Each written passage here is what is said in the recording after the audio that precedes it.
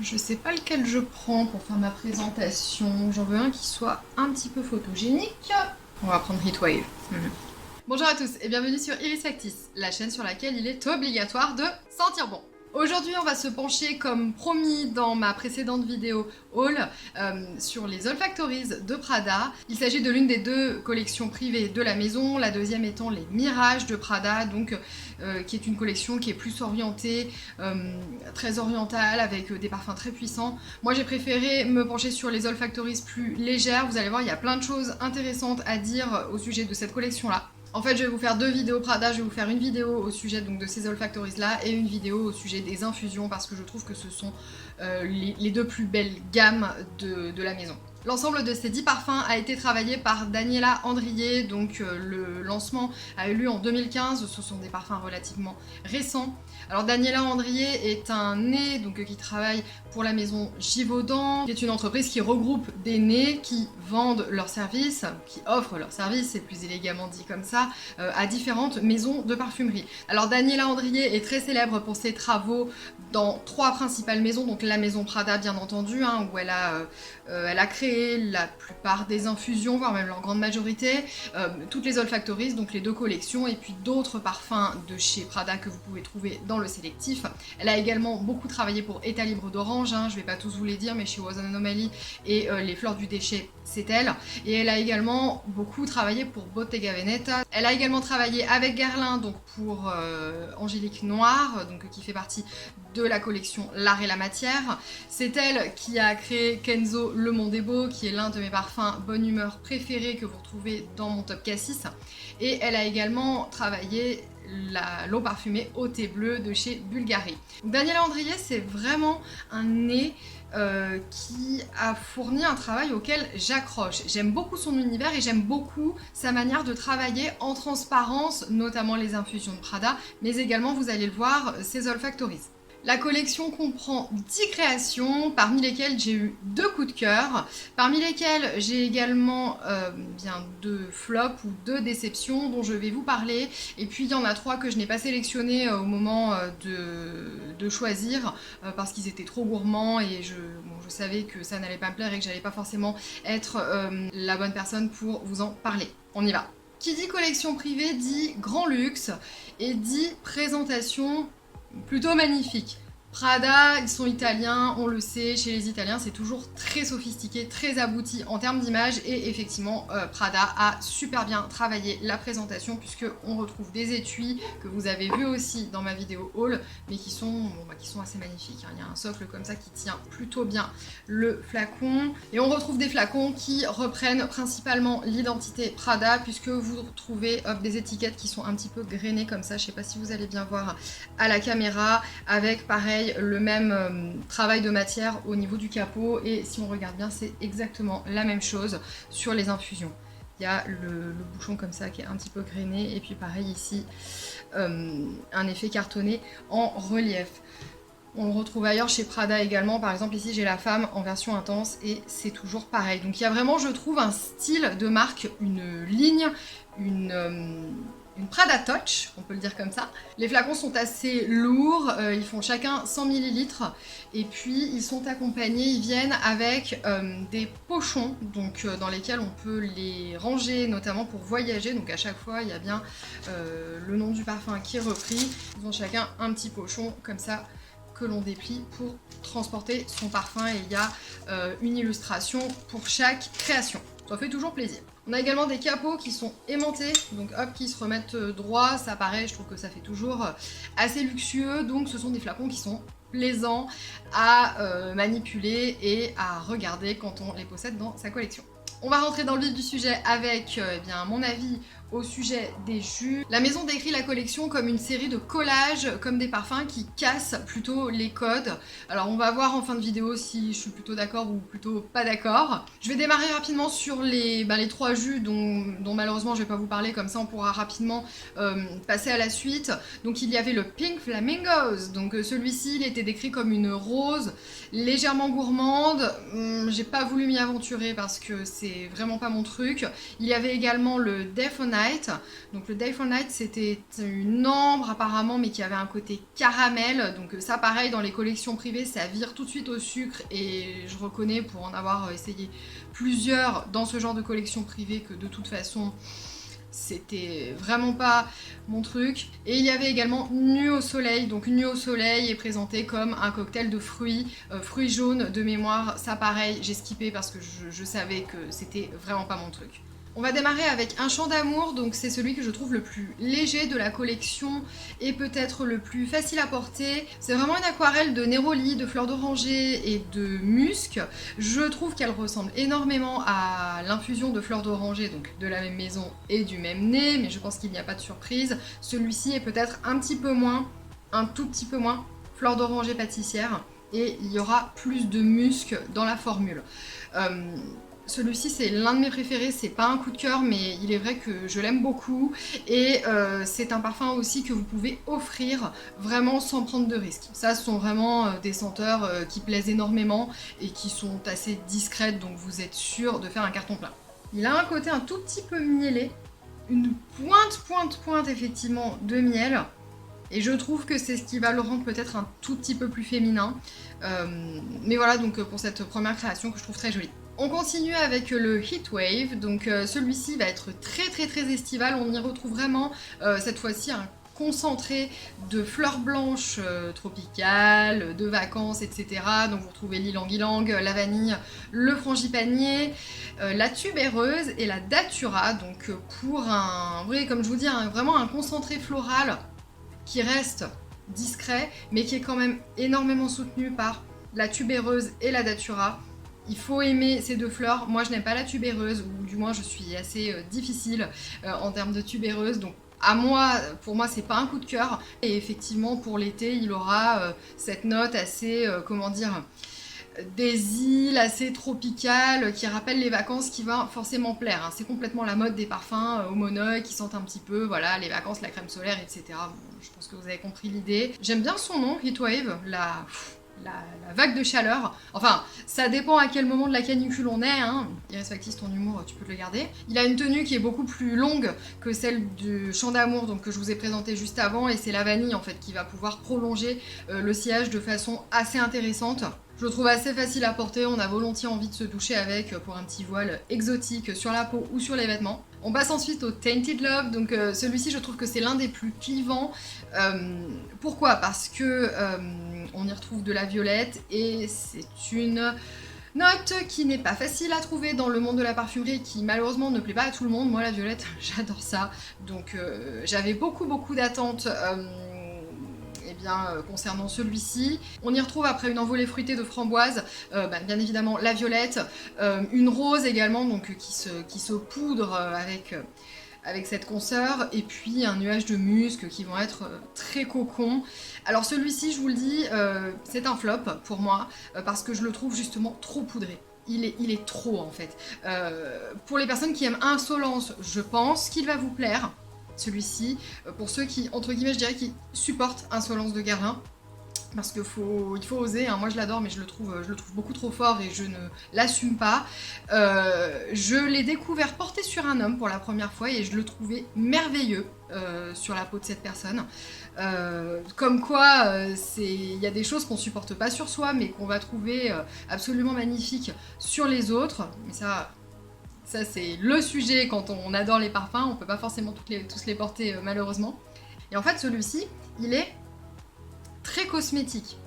On a vraiment l'impression effectivement de sentir, vous savez, des vieux rouges à lèvres. Vous savez, les vieux rouges à lèvres qui ont gardé l'odeur cosmétique, mais qui à la fois ont les cires qui commencent un tout petit peu à tourner, voilà, pour le dire joliment, et puis les poudres, les crayons, vous voyez, toutes ces odeurs qu'on a dans les vieilles trousses de toilette, et bien Tainted Love, c'est vraiment ça.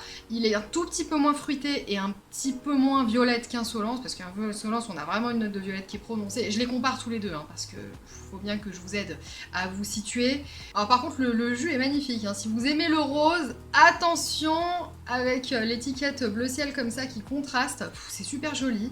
Désolée Tainted Love, toi et moi, ça va pas être possible. On enchaîne cette fois-ci avec l'un de mes coup de cœur, c'est le Purple Rain, donc qui est un travail autour de l'iris et du vétiver, mais qui est... j'adore, qui est juste dingue. Pour vous le situer, alors il est comme l'infusion d'iris, hein, bien évidemment, puisque, encore une fois, c'est la même créatrice, mais en plus vétiver, et je dirais même qu'il est entre l'infusion d'iris et Iris Silver Mist de Serge Lutens. Ouais, carrément. Carrément, alors un petit peu plus du côté d'infusion d'iris quand même, mais alors là, pour moi, celui-ci, c'est vraiment un exclusif qui est réussi. Que j'ai porté, hein, vous pouvez le voir, hein, il en manque un tout petit peu, que j'adore, qui est parfaitement mixte, qui est facile à porter, qui a ce côté imposant et un petit peu glacial des parfums à l'iris. C'est un peu insaisissable, hein, quand vous rencontrez pour la première fois une personne qui porte ce genre de parfum. C'est vrai que ça donne un côté assez mystérieux, mais vraiment quel coup de cœur celui-ci. Je l'adore, et si vous aimez l'infusion d'iris, je vous encourage vraiment à aller le découvrir. C'est son évolution en fait, voilà, hein, c'est infusion d'iris devient Purple Rain. Et puis la méga évolution, qui est-ce qui se souvient des Digimon? La méga évolution ce sera Iris Silver Mist de Serge Lutens. On enchaîne avec le plus célèbre de la gamme, donc que j'ai nommé Cargo de nuit. Alors Cargo de nuit, malheureusement, ça a été un flop pour moi. J'avais beaucoup d'attentes autour voilà, de ce nuage de musc, de ce caractère insaisissable, mystérieux, patati, que j'ai trouvé en fait davantage dans Purple Rain que dans celui-ci. Et pour être honnête, quand je l'ai pulvérisé sur la touche et après quand je l'ai pulvérisé sur ma peau, je l'ai trouvé d'une banalité assez scandaleuse. Vraiment. Alors déjà, je le vois un petit peu plus porté par un homme, mais c'est mon impression. Et ouais, pour moi, il est pas mauvais, c'est un bon parfum, c'est largement mieux que beaucoup de choses qu'on peut trouver dans le sélectif, parce que alors malheureusement, si dans les parfums féminins, il y a quand même, on va dire, du bon comme du moins bon, les parfums masculins, j'ai vraiment l'impression que les marques, ils se font plaisir, parce que parfois, mais il y a vraiment on va dire des nanars, pour être poli. Mais ouais, celui-ci, pour un exclusif, franchement, il y a pas tant d'originalité que ça. Alors est-ce que c'est pour ça que c'est celui-ci le plus célèbre, parce que on prend pas trop de risques? Voilà, il est doux, il y a la note un petit peu masculine, et puis on peut s'en doucher sans intoxiquer son entourage. La seule chose que je peux lui reconnaître, c'est que les aldéhydes sont pas trop dosés dans la formule. Hein, on a vraiment, donc je vous dis, un cœur de musc, les aldéhydes, des notes boisées. Moi je trouve que ça ressemble à du cèdre et un petit peu de vétiver. Encore une fois, la colonne vertébrale des infusions a été reprise, hein, complètement. On la reconnaît, mais je sais pas, il y a quelque chose de... Il lui manque quelque chose à ce parfum pour être, je trouve, remarquable. Et c'est dommage parce que j'en attendais beaucoup. Encore une fois, le jus est bleu. C'est juste super beau. Et eh bien, désolé Cargo de nuit, tu n'as pas conquis mon cœur. Voilà. Avant d'enchaîner sur mon dernier coup de cœur dans la gamme et de vous donner mon avis général sur la gamme complète, je voudrais vous parler de Marion Bad. Donc je n'ai pas le flacon parce qu'il est déjà parti chez Stéphane, dont il a fait un article d'ailleurs et sa propre critique, je vous mettrai le lien dans ma barre d'infos. Marion Bad, c'est vraiment un travail autour de l'encens, de l'ambre avec un petit peu de vanille. Je l'ai bien aimé, mais c'est une ambre qui est trop sèche à mon goût. Alors pareil, l'iris factice super chiante, je n'aime pas les ambres trop rondes, trop caramel, mais je n'aime pas non plus les ambres qui sont trop sèches. Je trouve qu'elles sont plus masculines et qu'elles ont une identité presque cuirée, trop forte. Par contre, c'est vraiment un beau parfum. Il est oriental comme il faut, il est parfaitement mixte. Il est assez facile à porter, peut-être pas en plein été, mais honnêtement, de l'automne au printemps, il n'y a vraiment aucun souci. Et je le trouve assez facetté, ce qui n'est pas le cas de toutes les créations de la gamme. Donc un bon point pour Marion Bad. Et enfin, mon coup de cœur absolu dans la gamme, c'est le Double Dare. Donc alors celui-ci, mais... En fait, quand j'ai reçu les Olfactories, les deux premiers que j'ai sentis, c'est Purple Rain et celui-ci, donc Double Dare.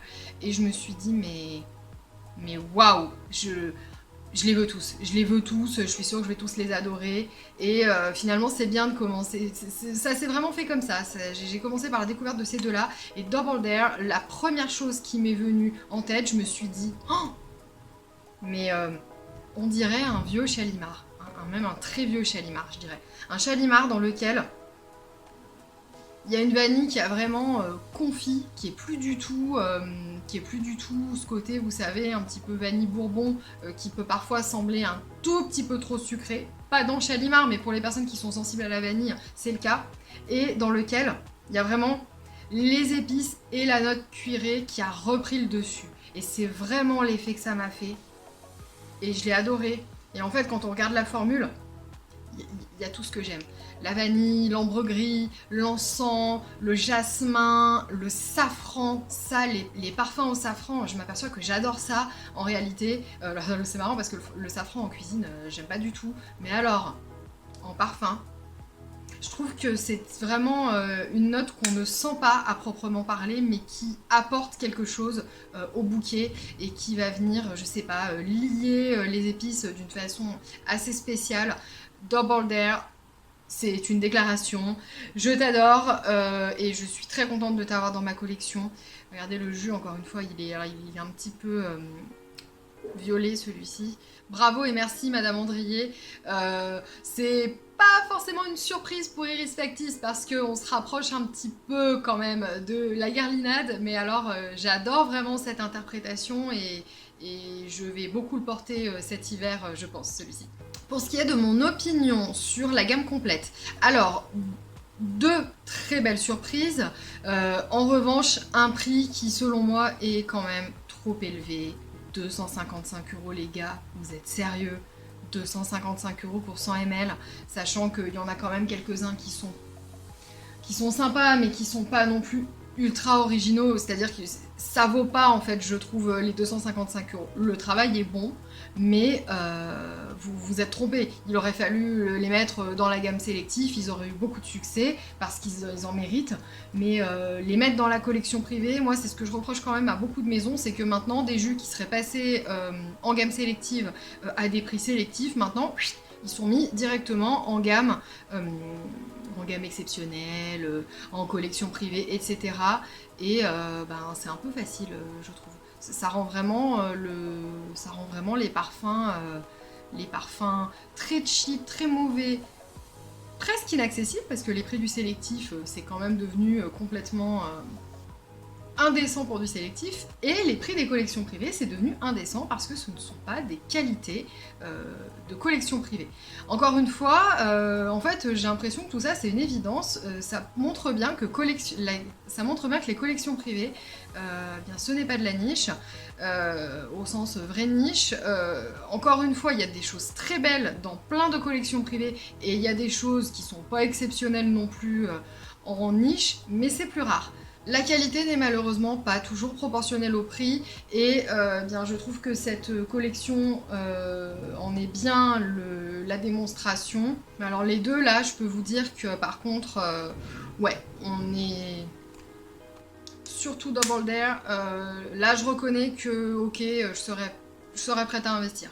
Je voudrais aussi revenir sur l'identité de la gamme et ce qui est annoncé en fait par Prada, donc ces fameux collages olfactifs et comment dire, cette espèce de volonté de casser les codes, etc. Je suis pas forcément d'accord, je trouve que les parfums sont bien travaillés.